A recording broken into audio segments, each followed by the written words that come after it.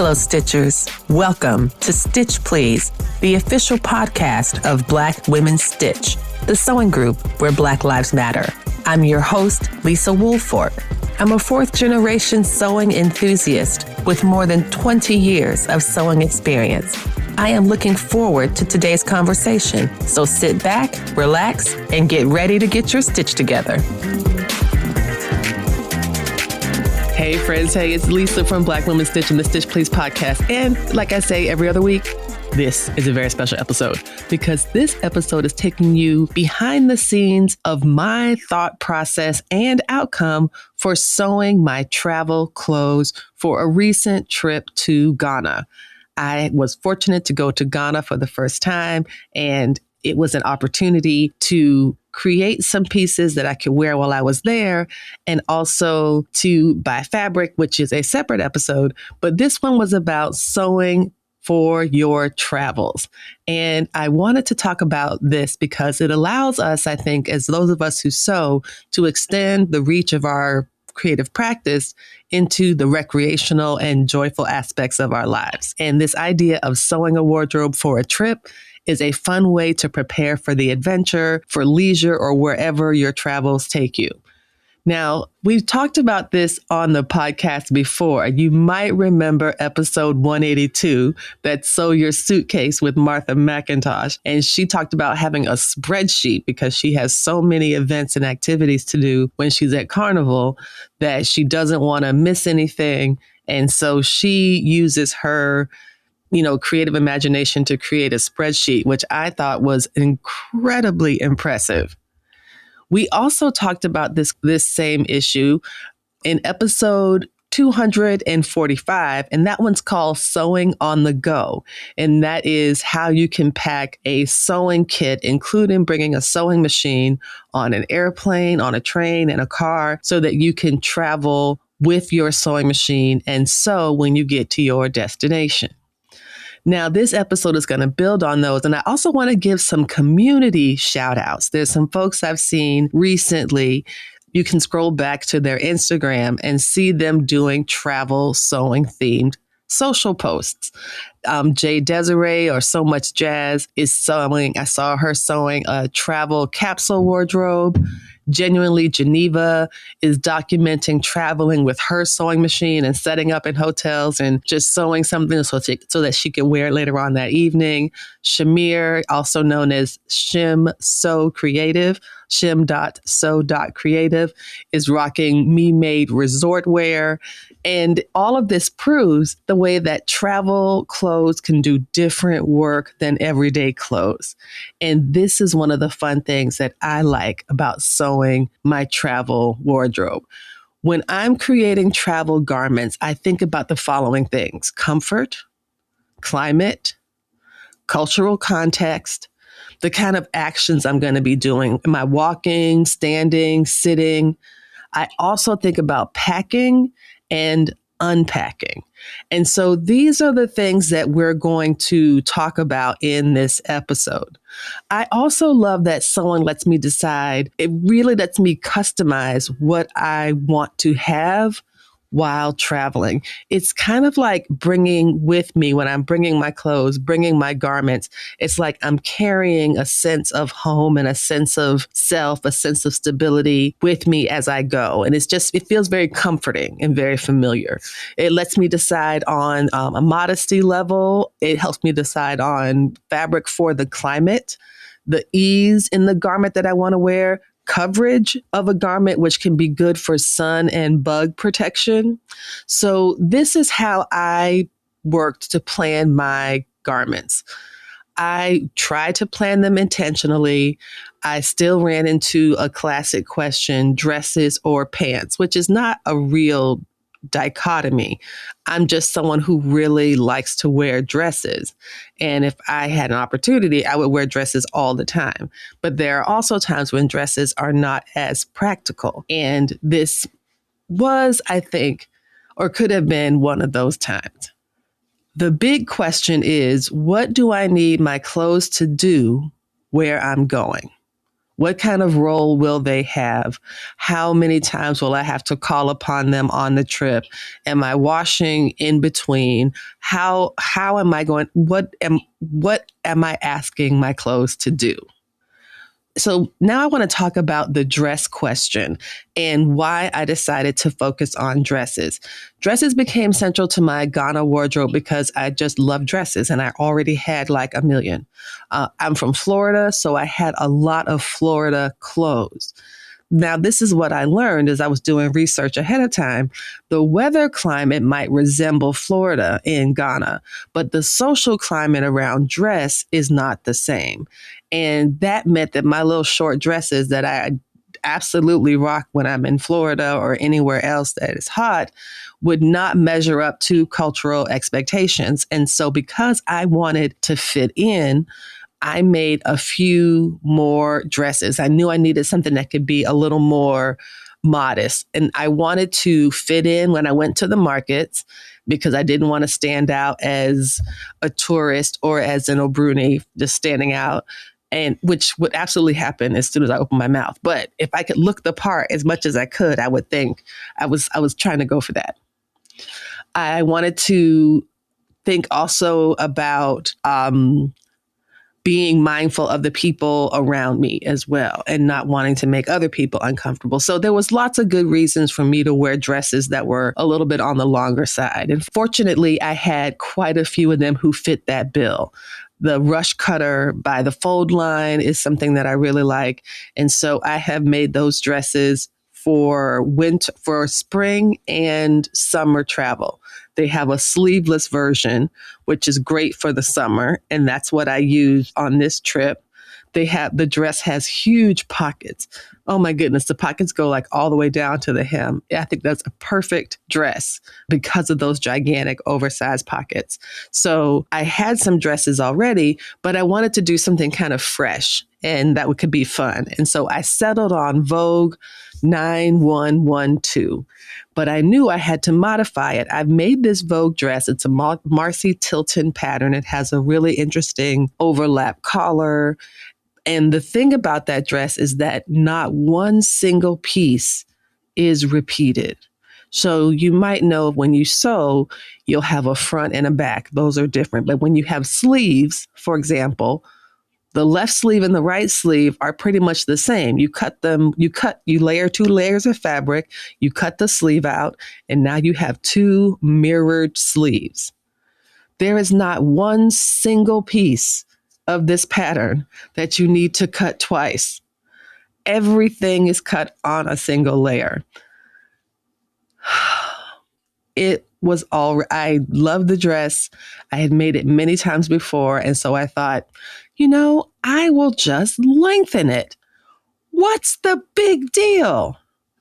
Child, listen, it was a big deal. Let me tell you, that dress has about maybe 8 pieces, 9 pieces. And it took me a while to figure out which pieces were actually the bottom of the dress. So instead of the dress having like one front piece and one back piece, it has a front and a back and a side front and a side back and a little wedge. And all of those you have to add the right amount of length to. So that required measuring each piece and adding that additional length to each piece and making sure that everything was, listen, it took so long. It was indeed, on reflection, my plan for a quick modification went awry. It absolutely went awry. It was nothing quick about making that dress. It was a labor of love. It was an example of how sewing teaches patience. It teaches persistence. And listen, if I had not cut up all that stuff and sewed part of it together, I would have been like, never mind. but I'm so glad that I made it. And you can look at some of the pictures on, I believe there's some on Insta, but there's quite a few on the Black Women Stitch Patreon that has that dress. Now, one of the things I wanted to think about was fabric choices for hot climates. I think that it's important to acknowledge that natural fibers work very well in the heat. Natural fibers work well in the heat. And so I'm thinking here about cotton shirting, which is breathable, it's comfortable against the skin, it's widely available. I'm also thinking about cotton sheeting, which is slightly crisper than shirting. It holds its structure well for tent style dresses. It's breathable and it's durable. And actually, the dress that I made when I was talking about Vogue 9112, I made that not just out of cotton sheeting, I made it out of a duvet cover. I bought a duvet cover from an Yves Saint Laurent outlet, and they sell fine linen. And I bought that comforter. No, not a comforter. I bought the duvet cover. I think it might have been a king. But what was so neat about it, the front and back layers of the duvet cover were different fabrics. And so the design really was covering a broad swath of the fabric. And what I appreciated about that is that it allowed me to make really unique design choices that made the dress more dynamic and more interesting. I was able to kind of play with the textures of the fabric. It really worked out quite well. And so the dress, the shape, it has like it has a collar, a nice high collar, a bell-shaped bottom, giant pockets. And it's a great example of sewing with sheeting or shirting or even linen. Linen would also work for this dress. Linen is great in hot weather. It has excellent temperature regulation. It's highly breathable. It gets better with wear. Like the more you wear your linen, the more you wash it, the more you dry clean it, the more you use it, the softer it gets. And in some ways it wrinkles less, eventually. The wrinkles, that is my issue. The wrinkles. I feel like the word stubborn can absolutely be used to apply to the type of wrinkles linen can hold. It's like linen doesn't wrinkle. Linen holds grudges. Okay. It is not letting it go. It doesn't care I feel like I have to dunk the thing in water and just start over, which I don't believe you're supposed to do. But yes, it does wrinkle. But there are trade-offs. If you are in 97-degree heat, you will be happier in linen because it's breathable, it's cool, it's comfortable. And the wrinkles are just a part of the way that the fiber does its job. That's all. And I think if you could reframe it that way, that could be really helpful. But linen is definitely a win in hot climates. If you want fabrics that don't wrinkle, it's a bit more of a challenge. I have made quite a few dresses using ITY, for example, the interlocking yarns, and they sew up really well. You can crush them down. You could put 7 of those dresses in a backpack and pull them out to wear, and there will be no wrinkles at all. However, if the weather is very hot, that ITY, even though it is light, it is not breathable. And so I feel like, to me, it gets hot and sticky and not breathable. And so I've had a lot of personal discomfort with it. And so when the environment is very, very hot, I will try not to bring the ITY dresses, even though they're light and easy to pack, because they really do. They are paradoxically hot. in ways I don't understand. I'm sure it's something in the chemistry of the fabric, but it is very hot.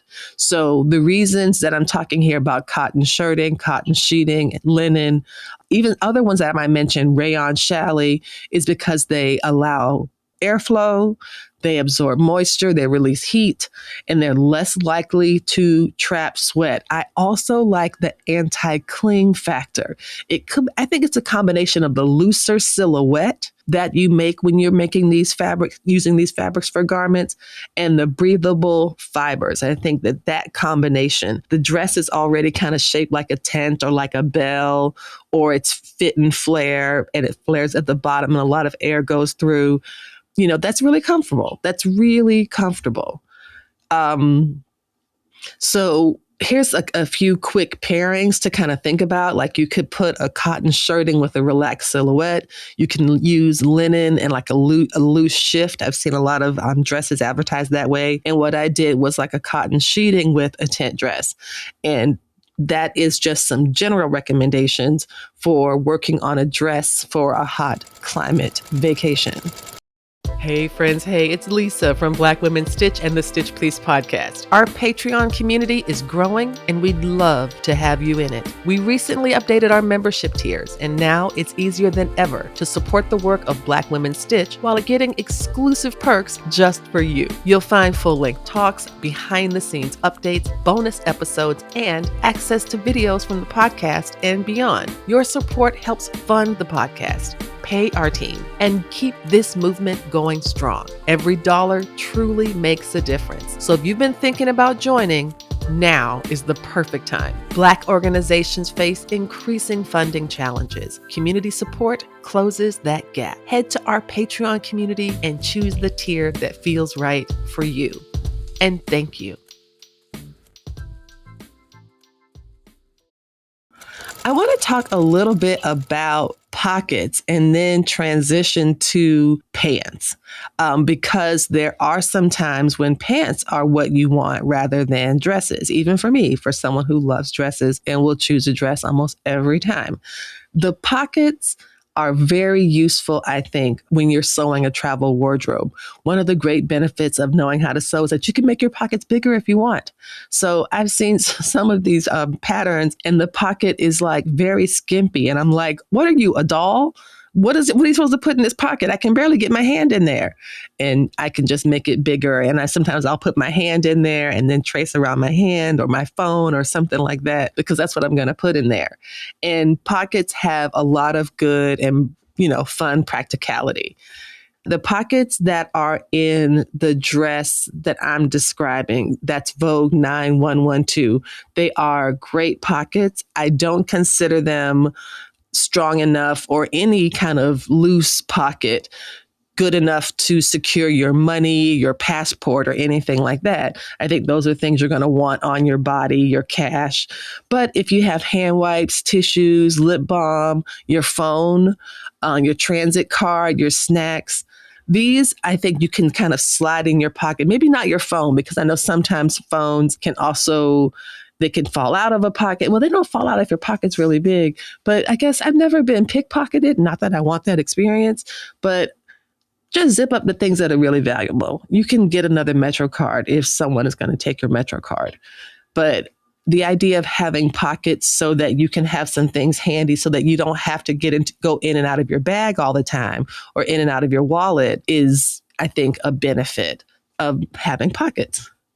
The reason I like dresses for travel, in addition to me just liking dresses, is that it's one garment equals a whole outfit.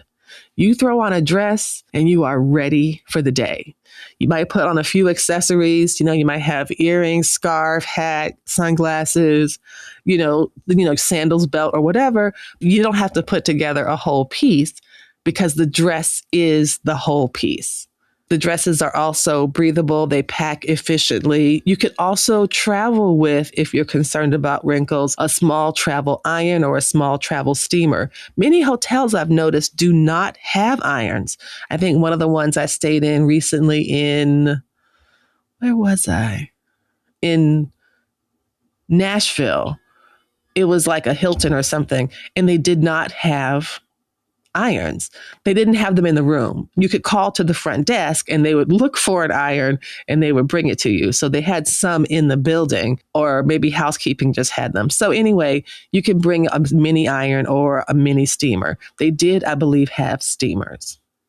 Now, pants. Pants are great for travel. And at first, I didn't want to pack pants or think about pants or use pants because I didn't plan to wear any. It's going to be about 90 degrees or so. I wouldn't wear pants when I was in Florida, so I'm not going to wear pants here. And then somebody said, but what about mosquitoes? And then I said, oh, mosquitoes freaking love me. I better get some pants. And that is when pants entered the Sew Your Travel Garments chat. I said, if mosquitoes really can change everything, and pants give you a physical barrier, and long, loose pants help deter bites. And so I had a pair of the Know Me pattern that Ella from the Handmade Millennial had designed. It was a 2-piece set with a crop top and a pair of pull-on pants. And so I did pack those. So they were a little short because they're kind of your ankles out a little bit, but I thought that was better than nothing. Another thing I like pants for is for the long flights. If I'm on a long flight, I much rather wear a pair of pants than a dress, especially as I said earlier, my dresses tend to be on the short side. The pants keep my legs warmer when I'm on the plane, which I often feel the climate can change on the plane in really weird ways. So having pants, especially with pockets, so if I need to get up, go to the bathroom and I want to bring, some lotion in there with me, I can put it in the pocket, etc. If you're doing a lot of sitting and walking, I think pants are also good for that, especially if you're going to be in like wooded areas or a park or something like that, where you might have a lot more, nature around you than you expect. If you can get a pair of pants that are breathable, but also don't get cold when it's cold, the temperature changes can be well regulated with pants. And definitely keeping the bugs off, and modesty in certain spaces. Like I think for one of the dresses that I had, I think it was a little on the short side. And so I wore a pair of pants, like legging style pants under, like they were kind of like, they were like yoga pants, but they were flared at the bottom. So they looked more like regular pants. And because the dress I was wearing kind of came just above the knee, you couldn't tell that they were like really tight fitting. It was comfortable to wear on the plane, and it was cold when I left. And so I didn't want to bring a winter coat to Ghana. That felt silly. And then, so I said, well, let me just wear long sleeves, long pants, socks, a scarf, and hope for the best. And that's what I did. And it all worked out, but it was a bit cold, but it was comfortable on the plane. So this is one of the things that pants can do. Now let's talk about what makes great travel pants. Wrinkle resistant, they stretch, they're breathable, they're easy to care for. I think when you're sitting, they don't kind of pinch or crease in any way. So I wouldn't wear a pair of jeans, like hard denim jeans, on a plane. That would feel so restrictive and not comfortable for an 8 to 12 hour flight or 16-hour flight, which was what ours was. So wearing jeans just feels not comfortable at all. But if you're someone that likes that and it doesn't bother you, then you should wear that. Now, here's some examples of great travel pant fabrics. One of the ones that's listed here is Ponte. Ponte is a nice, soft knit. I'm not sure how Ponte would work for travel, but I do know it wears very well. It washes well. If you care for it well, it will last a long time. And that kind of durability, to me, speaks to some of its capacity as a travel fabric. Another mention was for rayon challis. I like a rayon challis. It's a natural fiber made from wood pulp. And so I really do like that. It's breathable. It is I'm not going to say it's clingy. It drapes well, but I think it doesn't cling to your body when it's super sweaty, as opposed to some of the other kind of polyester, faux, silk wovens that are very sticky on the body when you get sweaty. Tencel twill was also mentioned. I think tencel is another natural fiber, kind of like rayon, that will show some of the breathability. And then they mentioned stable knits. Stable knits, I often think immediately of Ponte, but if not Ponte, I think about a cotton interlock. And a cotton interlock can be really good, as well as a cotton interlock and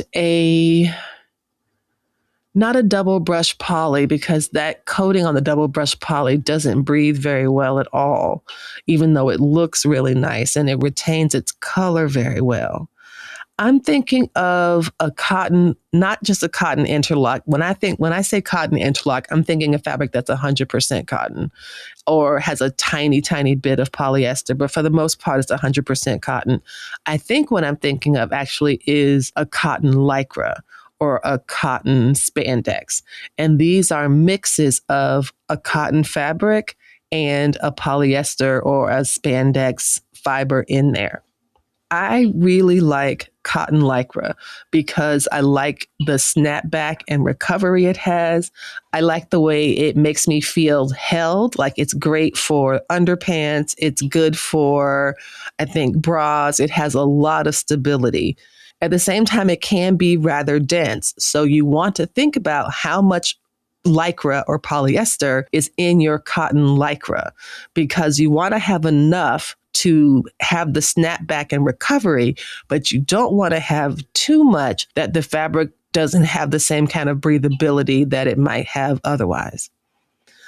Now, some of the construction features of what makes for a good traveling pants is an elastic or pull-on waist, a relaxed or wide leg, minimal closures, pockets, of course, pockets. And I sourced some of this information from Instagram. I asked the community for their favorite traveling pants, and I got so many wonderful answers. And I'm going to create a full list of those and share it on the Patreon. But for now, let me give you a couple of pattern appreciation shout outs. Someone mentioned Tiana Herring Designs, which is a Black-owned business, and the stock pants offered by Tiana Herring Designs. Shout out also to Muna and Broad, a plus size pattern design company. And shout out to Leila Kelleher for her new book on plus size pattern making being published this year. Also, shout out to Folkwear, a friend of the pod, who also had some patterns from this company recommended as great travel pants. So as we wrap up, I want to just remember that whether you're sewing dresses or whether you're sewing pants, you get the chance to take control over your travel experience by building a wardrobe you love, something you can be proud of, something you can wear on vacation, and people give you compliments and you go, thanks, I made it. But even if no one is complimenting you, you know what you did, and you know that what you're wearing is what you've created. And so I think the advice this time to kind of help you get your stitch together is to think about your next journey and how you can best prepare for that. And this might be on a trip you have coming up, and so it's about sewing some clothes for the trip, or it's just about what some next steps you might be making in this journey we call life. So that's what I would advise you to think about. And that's what I'm going to be thinking about as I get my stitch together for this week. And we will see you soon.